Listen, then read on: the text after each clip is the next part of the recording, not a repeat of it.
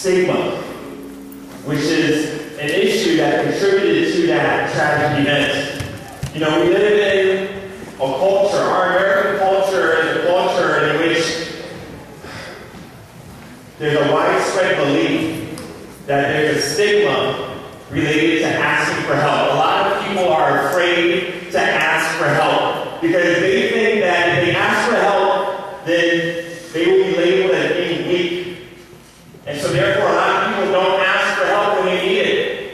And therefore, their issue grows larger and they become overwhelmed. And often, those situations, unfortunately, sometimes lead to tragic events.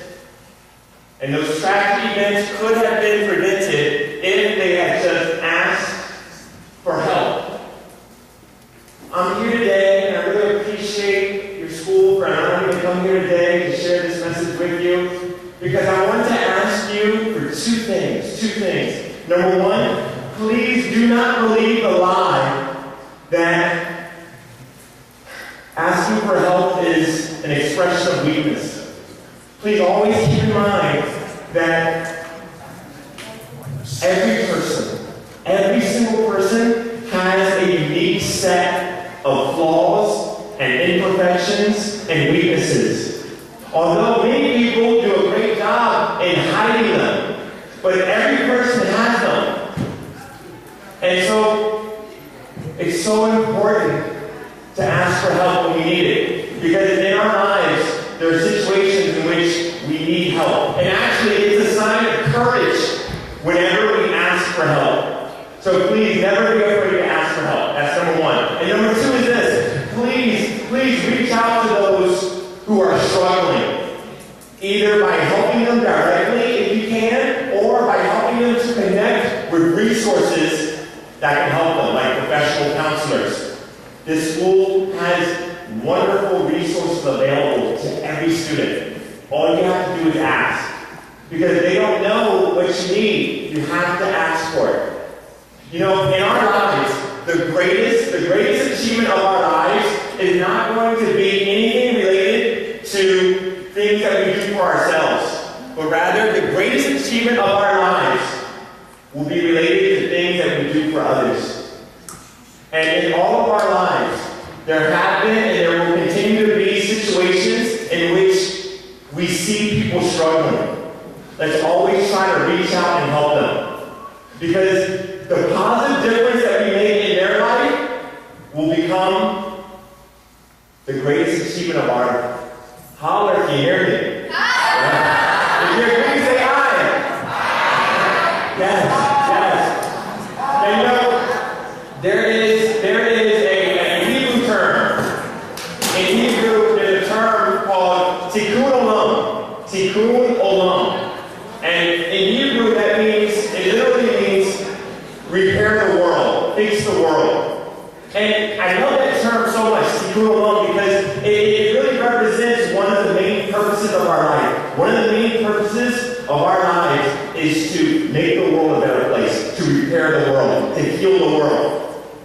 All of us were born with a purpose. And part of that purpose is to make the world a better place. We all have a sphere of influence. We all have power to make a difference in our world. Holler, you hear me? And so the thing is that in our lives, whenever we see people struggling, let's always try to reach out and help them. You know, it reminds me of this true story. Some of you may have heard it before. True story. Several years ago in the Seattle Special Olympics, 9 mentally and physically challenged runners gathered at the starting line of the 100-yard dash. When they got it all of them started running. One of them, a little boy, slipped somewhere and fell down and started crying. When the other runners heard him crying, true story. When the other runners heard him crying, they all slowed down. Then they turned around and went back to where he was. And they picked him up. And all 9 of them linked arms together and then walked towards the finish line together. True story. And keep in mind, these were kids that had physical and mental disabilities. These are kids that showed the true expression of greatness, the truest expression of tikkun olam, right? It's all about, it's not about winning a race, it's about helping others win a race along with you. Holler, you hear me? It's so true. And you know, the interesting thing about helping others, have you noticed this? Have you noticed this? The best way to increase and maintain your happiness is to reach out and try to share your happiness with others. Holler, if you hear me. And you know, being here at middle school reminds me of my middle school experience. In fact, I saw a teacher that from high school here, Miss McCortland. Yes, she was my high school teacher. Isn't it amazing? They're bringing back a lot of memories.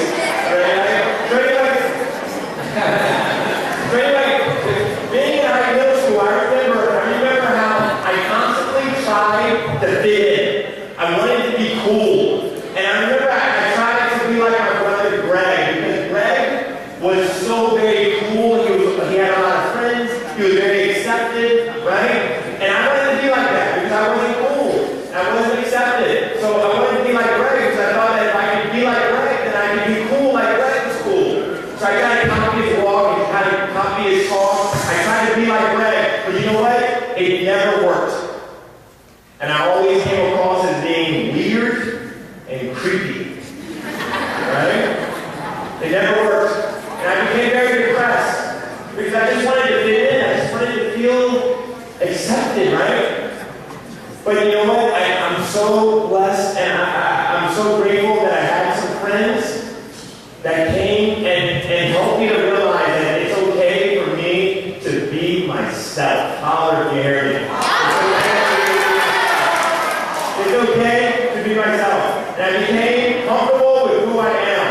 And I began to realize that I don't have to be dependent upon other people to give me my value. I began to realize that my value is something that the world did not give to me, and so therefore it's something that the world cannot take away.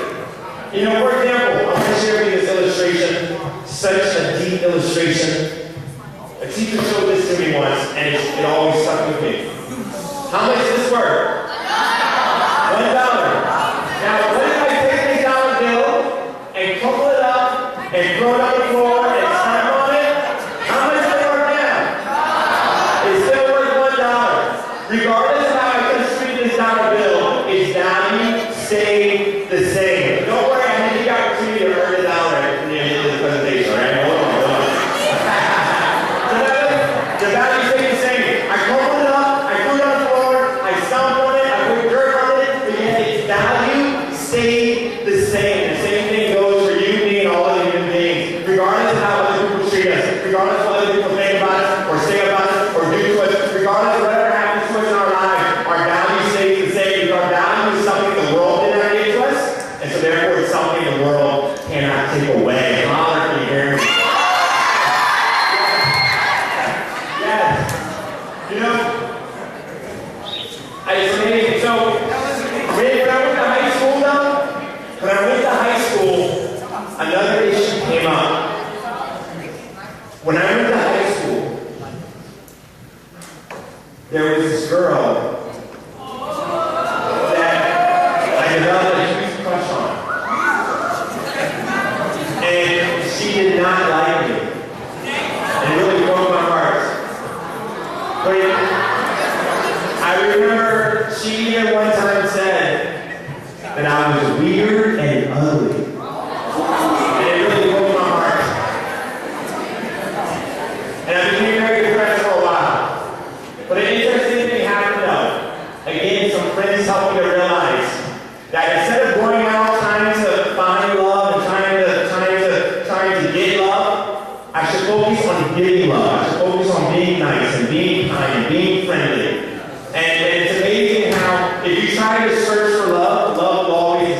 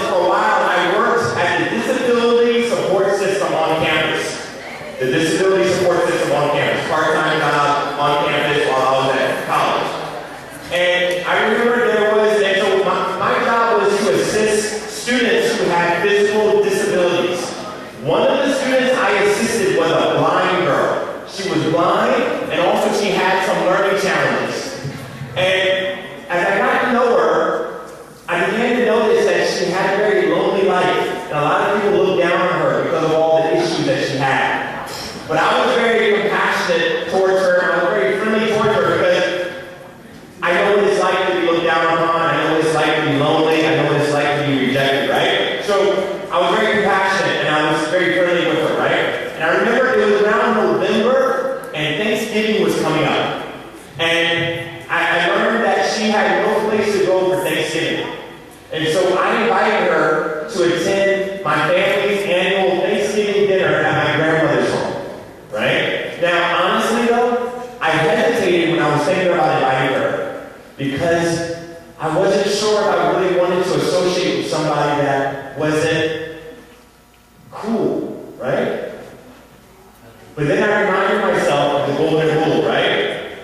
Do unto others as you want them to do unto you, right? Honor the enemy. Also, I reminded myself of the fact that I never want to be snobby. I never want to be snobby. You know, snobby people only want to hang out with people that are quote-unquote cool, right? Snobby people reject people who have maybe some issues. And I realized that I never wanted to be snobby.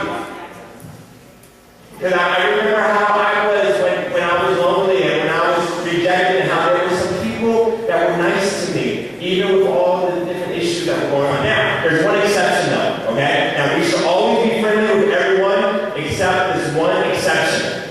We should always stay away from people who have a negative influence on us. Holler at the enemy. Right? We have to be careful. We should always stay away from people that will have a negative influence. That's the only exception. Other than that, we should always embrace everyone. So I invited her to my family's annual Thanksgiving dinner. She came to have a great time. She felt loved by my family. And at the end of the night, she said something to me that I will never forget. She turned to me and she said to me, Lance, you are so beautiful. And those words really shocked me because no one had ever called me beautiful before. In fact, I was still holding on to those words that girl told me back in high school when she said that I was weird and ugly. But now I'm in this situation where this blind girl is calling me beautiful. And that was a very profound experience because it showed me that true beauty is something that cannot be seen with physical eyes, but rather true beauty is something that can only be seen through the eyes of the heart. Holler at the enemy. And it shows me that beauty is what beauty does. It shows me that true beauty is not about, true beauty is really not about our physical appearance, but rather true beauty is about our actions. And whenever we do beautiful things, we are beautiful. Whenever we love, whenever we give, whenever we try to be nice to somebody, whenever we do beautiful things, we are beautiful. Holler at the enemy. Whenever we do beautiful things. And so it really showed me, that experience really showed me that the gift of giving is better than the gift received. And that the best way to increase and to maintain our happiness is to share our happiness with others. It's so true, so true. And so, please always remember this. Please remember the two things.